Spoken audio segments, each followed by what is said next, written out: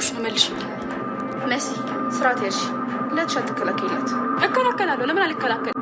ይሄን ነገር ያደረግሽው አንቺ ነሽ ወይ እያልኩሽ ነው። እቺ ማትረባ አሁን እጅ ጉዳን ዘረግፍላታለሁ። ኤልሹ ረፊ እንኳን ነገርሽ። ለምን አልፋለሁ? አሁን ሳበዛሽ ስለስርዓትሽ ያዥ። እሺ አለበለዚያ ግን አሊያ እኔም ጉድሽን ዘረግፈዋለሁ።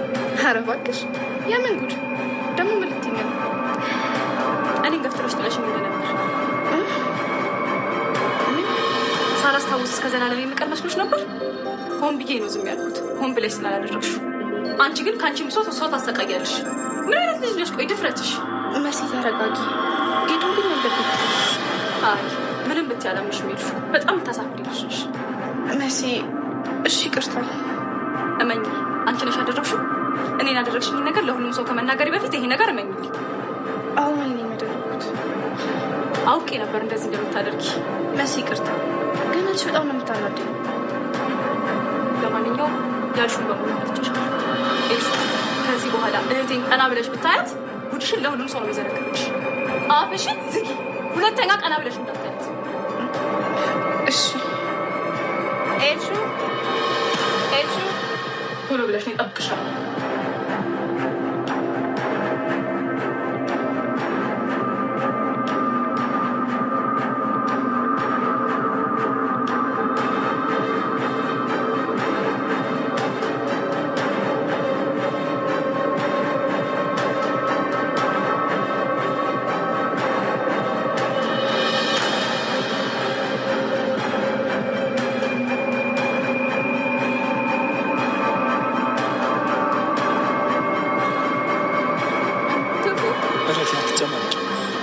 አንተ ከሃዲ እንዴት ወንድም ላይ እንደዚህ ታደርጋለህ? እባክሽ ወንድሜ አይደል።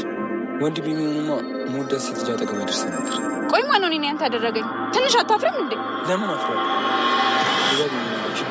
አንቺ ነሽ ያኔ ካልሆንሽ ግን በጣም ነው የምጠላሽ። በጣም ነው የምታስጠላኝ። አንቺ እኔ ግን ወድሻለሁ። እኔ እኮ ስርዓት ያለ ልጅ ትመስለኝ ነበር፣ ግን ደግሞ በጣም ተሳስቻለሁ። በጣም ባለጌ ነህ። እሺ አፍሽን ዝጊ። አንቺ ልጅ አለፈሽ። ለምን እንደመጣሽ ረሳሽ መሰለኝ። እሺ አሁን ምንም ነገር ሳይፈጠር ልጁ ልቀቀው። ቆይ እኔን የሚያገትከኝ አንተ ነበርክ እንዴ? ዝም ብለሽ ይርክ። አንቺ ለልጅ ልጅ አታስመስል። አንተ ነበርክ አይደል? እንዳገትሽ ትፈልጊያለሽ? እሺ አሁን በሰላም ልቀቀው። ምንም ነገር እንዳታደርግ። እስከ ነገ ጠዋት ያልኩሽ መሰለሽ ነገር። ካልሆነ ግን እስከ መፈጠራችሁ ሚርታችሁ ነው።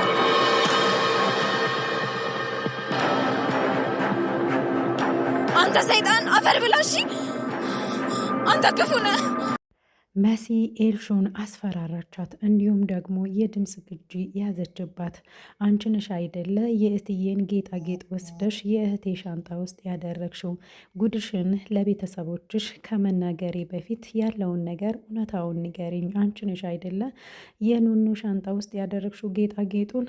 እውነታውን ንገሪኝ። እውነታውን የማትነግሪኝ ከሆነ ከዚህ በፊት ገፍትረሽ እንደጣልሽኝና እንዲሁም ብዙ ነገሮችን እኔ ላይ ለማድረስ ሙከራ እንዳደረግሽ ሁሉንም ነገር ለቤተሰቦችሽ እናገራለሁኝ። ከመቼ ወዲህ ነው አንቺ እንደዚህ መጥፎ ሰው፣ አውሬ፣ ጨካኝ ሆንሽው?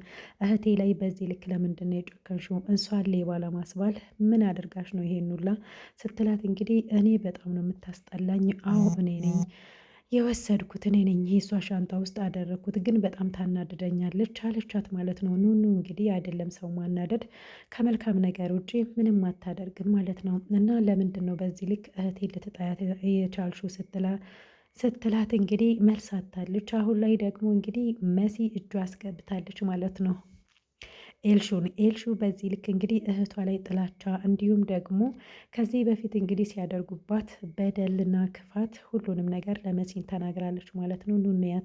ኑንያት እንግዲህ ከዚህ በፊት ባልተያዘችው በሽታ ተይዘሻል ተብላ ስለተነገራት ያንን ነገር እንግዲህ ቬሎን ይዟት ሄዶ ሊያስመርምራት በወሰደ ሰዓት ላይ ነው ከምርመራ ሲመለሱ የታገተው።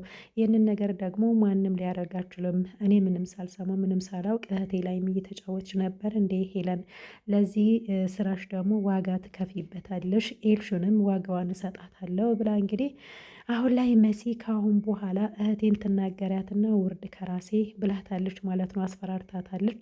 እንግዲህ ኤልሹ እንዳየናት ከሆነ ኑንያት ከቤት እንድትወጣ ትፈልጋለች። ምክንያቱም በእሷ ምክንያት ነው ወንድሜ የተያዘው። አንዱ ወንድሜን ማጣት አልፈልግም፣ እሷ ከዚህ ቤት ካልወጣች እኔ ነኝ ከዚህ ቤት እምወጣልሽ ብላታለች ለእናቷ ማለት ነው። እናቷ እንግዲህ አንድና አንድ ከአይናቸው እንዲርቁ አትፈልግም። ምክንያቱም ለክትትል አንዳንድ ነገሮችን እነሱን ለመከታተል እንዲመቻት አድርጋ ነው እንጂ ኑኑያትን እዛ ቤት ወይ ደግሞ የኑኑያት ቤተሰቦች መሲን እንዲሁም ደግሞ መኩሪያንና አይን አለምን ወዳ አይደለም እዛ ቤት ውስጥ እያስቀመጠች ያለችው ማለት ነው። መጠቀሚያ ለማድረግ ነው። ነገር ግን እነሱ ራሱ መውጫ ቢኖራቸው ይወጡ ነበረ። በተለይ ቬሎን ባይታሰር ኑሮ እንግዲህ ቤት ተከራይቶላቸው ነበረ፣ እዛ ይገቡ ነበረ። ግን ደግሞ እሱ ስለታሰረ ለሄለንም ቀሎላታል ማለት ነው። ምክንያቱም የኔን ስራ እያቀለሉልኝ ነው ያሉት በአሁኑ ሰዓት ላይ። ማነው እንደዚህ እያደረገ ያለው? እንግዲህ ከቴዲ ውጭ ይህንን ነገር የሚያደርግ ሰው የለም። ግን ደግሞ ለምንድን ነው ሊደብቀኝ የቻለው? ለማንኛውም ይሁን ስራዬን አቅሎልኛል እያለች በጣም ደስ ብሏታል። እንግዲህ የእንጀራ ልጇ ስለታገተ ማለት ነው። እንግዲህ ከዚህ በፊትም እሱን ማጥፋት ትፈልጋለች። ሰው እንግዲህ የኤልሹ ወንድም ሆኖ ግን እሷ ልታጠፋው ነው ማለት ነው። በተቃራኒ ግን ያው አሁን ላይ አዶናይ ኑኑያትን ቢወዳትም ትክክል ነው ባይነኝ እኔ። ምክንያቱም አሁን ላይ እነሱ ሁለቱ አያውቁም። እዚህ ድራማ ላይ ያልተረዳነው ነገር ቢኖር ማለት ነው። ምክንያቱም ድራማው ላይ ግልጽ ያልሆነው ነገር ቢኖር ኑንያትና ኤልሹ በአንድ ቀን የተወለዱት አንድ ሐኪም ቤት ውስጥ ማለት ነው። አይናለምና ሄለን የት ነው የተገናኛችሁት ብለው ቢጠየቁ የተገናኙበት ሆስፒታል ነው ማለት ነው። አንድ ቀን ለመሲ ይህንን ታሪክ ሄለን አውርታለች ማለት ነው። ስለዚህ እናም ደግሞ ቴዲ አንድ ጊዜ ላይ የገዛ ልጇን በዚህ ልክ ማሰቃየቷ ጥሩ አልነበረም። ልጇ መሆኗን ብታውቅ ምን ትል ይሆን? በዛ ላይ ደግሞ ቁርጥ እናቷን እኮ ነው የምትመስለው ብሏል። ያገታት ጊዜ ኑንያትን ማለት ነው። ስለዚህ ቴዲ ኑንያት የሄለን ልጅ እንደሆነች ያውቃል ማለት ነው። እሱ ብቻ ነው ምስጢሩን የሚያውቀው። እናም ደግሞ የገዛ ልጇን እስከ ዛሬ ድረስ ስታሰቃይ ነበረ። ካሁን በኋላ ደግሞ የእሷ ልጅ መሆኗን አንድ ቀን ማወቋ አይቀርም ማለት ነው። እስኪ ማን ነው እንደኔ ይሄ ድራማ ኑኑ የሄለን ልጅ ናት ብሎ የገመተው? ምክንያቱም ድራማውን ከመጀመሪያው ተከታትላችሁ ከሆነ የሆነ ነገር ምስጢር አለው ማለት ነው። ስለዚህ ሄለን ባለማወቅ ልጇን እየበደለቻት እስከ መግደል ድረስ እየደረሰች ነው ያለችው። ምክንያቱም ባልተያዘች ህመም ተይዘሻል ብላ እያሰቃየች እንዲሁም ደግሞ የአይናለምን ልጅ ኤልሹን እየተንከባከበች ነው ያለችው። ኤልሹ እንግዲህ በጣም ስነስርዓት ያሌላት በፊት ላይ ደህና ሰው ነበረች። እንግዲህ ከመሲ ጋርም በስነስርዓት አብሮ የሚኖሩ እንደ አሰሪና እንደ ሰራተኛ ሆኖ ሳይሆን እንደ እህትና እንደ እህትማማቾች ሆነው የሚሰሩ ነበሩ ማለት ነው። ሰራተኛን በዚህ ልክ አትንቅም ነበረ። ከጊዜ በኋላ ነው የተቀየረችባት ማለት ነው። እና አሁን ላይ የመቀየሯ ምክንያት እንግዲህ የገዛ እናቷ ናት ማለት ነው። አሁን ላይ ደግሞ አባቴን አጥቻለሁ ወንድሜንም ማጣት አልፈልግም የሚለው ነገር ነው አሁን ላይ እያበሳጫት ያለው ማለት ነው። እንግዲህ ኤልሹ ባለማወቅ እህቷን እየጎዳች ነው ያለችው ማለት ነው። ምክንያቱም መሲ እና ኤልሹ እህታማቾች ናቸው ማለት ነው። ምክንያቱም ኤልሹ መጨረሻ ላይ የአይን አለም ልጅ ነው የምትሆነው። ይህ የኔ ግምት ነው። ምክንያቱም እኔ ያየሁትን ነገር አይቻለሁ። እናንተ ደግሞ እስኪ ድራማውን ከአንድ ጀምራችሁ ከሆነ ኮመንታችሁን አስተያየታችሁን ኮመንት ላይ ያስቀምጡልኝ ማለት ነው። ውድና የተከበራችሁ የቻናሌ ቤተሰቦች እንኳን ደህና መጣችሁ። ለዚህ ቻናል አዲስ ከሆናችሁ ደግሞ ሰብስክራይብ ማድረጋችሁን እንዳትረሱ። ካደረጋችሁም ደግሞ ሁልጊዜ የምሰራቸው ቪዲዮዎች ወደ እናንተ እንዲደርሱ የደወል ምልክቷን መጫናችሁን እንዳትረሱ ማለት ነው። ውድ ቤተሰብ እንግዲህ እንግዳ ድራማ ላይ በጣም ደስ የሚል ነገር አለው። ነገር ግን ለእንግድነት መጥተው በዚህ ልክ የነ አይን አለም ቤተሰቦች መሰቃየት የለባቸውም። አዶናይ እንዳየነው ከሆነ እንግዲህ የገዛ ወንድሙ ላይ ተነስቷል ማለት ነው። አሁን ላይ እንግዲህ ግልጽ ለግልጽ ፊት ለፊት ተፋጠዋል። በዛ ላይ ደግሞ እንግዲህ እንዴት እንደዚህ ታደርጋለህ ወንድም ላይ ለምንድን ነው በዚህ ልክ ጭካኔ ከበዛ ብሎ ሲጠይቀው በእኔ በብዙ ነገር ልትመጣብኝ ትችላለህ። በኑንያት ከመጣህብኝ እስከ ማጥፋት ድረስ እደርሳለሁ፣ አጠፋሃለሁ። ስለዚህ እሷ የኔ ብቻ ናት ብሎታል ማለት ነው። እና እንዴት ከኋላ መተህ ታግተኛለህ? እስከ ማገት ድረስ ለምን ትደርሳለህ? በሰዎች ለምን ታግተኛለህ?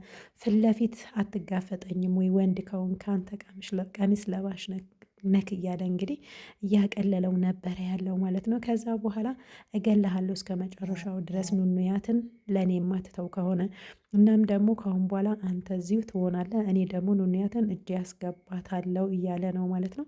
አሁን ላይ እንግዲህ ኑኑያት ጋር ደውሎ እኔ ነኝ ቬሎንን እያገትኩትኝ ምንም አታመጭም፣ አንቺ የኔና የኔ ብቻ ነሽ፣ እኔ ያልኩሽ ቦታ ላይ የማትመጭ ከሆነ ማደርገውን ታያለሽ፣ እስከ መጨረሻው ድረስ አይኑን አታዩም ብሏታል ማለት ነው። ደግሞ እኔ እንዳገትኩ ለማንም እንዳትናገሪ ብሏታል ማለት ነው።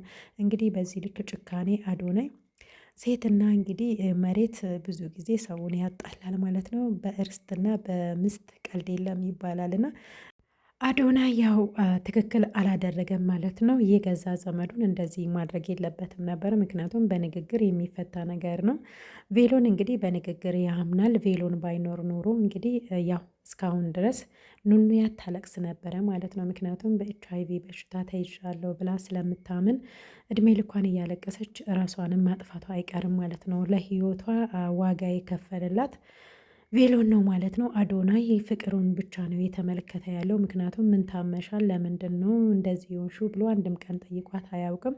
ቢጠይቃት ራሱ ለፍቅሩ ብቻ ነው የሚጠይቀው ማለት ነው። እና አንዳንድ ጊዜ ያው ኤልሹ በጣም ስለምታሰቃያት ብቻ እሱ ብቻ ነው ብሎ ያስባል። ስታለቅስም አይዞሽ እኔ ከጎንሽ ነኝ ከማለት ይልቅ በምን እንደተያዘች ስለማያውቅ ሊረዳት አልቻለም። ነገር ግን ቬሎን ይዟት ሄዶ አስመርምሮ ደስተኛ አድርጓታል ቢያንስ ማለት ነው። ስለዚህ የገዛ እህቱን ነው እየተንከባከበ ያለው። አሁን ላይ ይሄ ነገር በመፈጠሩ ምናልባት ለኑኑያትና ለቬሎን ጥሩ አጋጣሚ ነው። ያው መታገቱ ቢያሳዝንም ማለት ነው። ምክንያቱም ሁለቱ ፍቅር ከጀመሩ እህትና ወንድም መሆናቸውን ማንም አያውቅም ማለት ነው። ስለዚህ ስህተት ሊፈጠር ይችላል ማለት ነው። በመሀል አዶናይ መኖሩ ደስ ይላል። ምክንያቱም ምስጢሩን ላወቀ ሰው ማለት ነው። ድራማው ላይ ልብ ብላችሁ ከሆነ እንግዲህ ውድና የተከበራችሁ የቻናሌ ቤተሰቦች ለዛሬ ይዤላችሁ የመጣሁት ቪዲዮ ይሄንን ይመስላል። በሌላ በቀጣይ ቪዲዮ እስክንገናኝ ቸር ሰንብቱ። ላይክ ማድረጋችሁን እንዳትረሱ። ስለተከታተላችሁን እጅግ አድርጌ አመሰግናለሁ።